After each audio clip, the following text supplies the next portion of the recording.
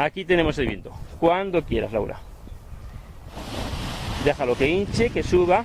Frenamos ahora y corriendo. Muy bien, buen despegue. Nos vamos a alejar de la pared.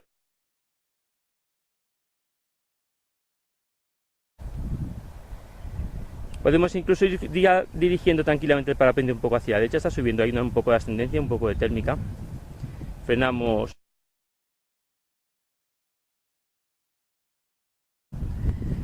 Muy bien, vamos a sentarnos en la silla, Laura. Sentamos, nos ponemos cómodos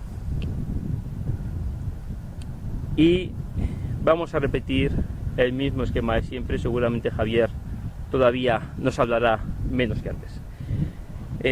Javier, me voy bajando.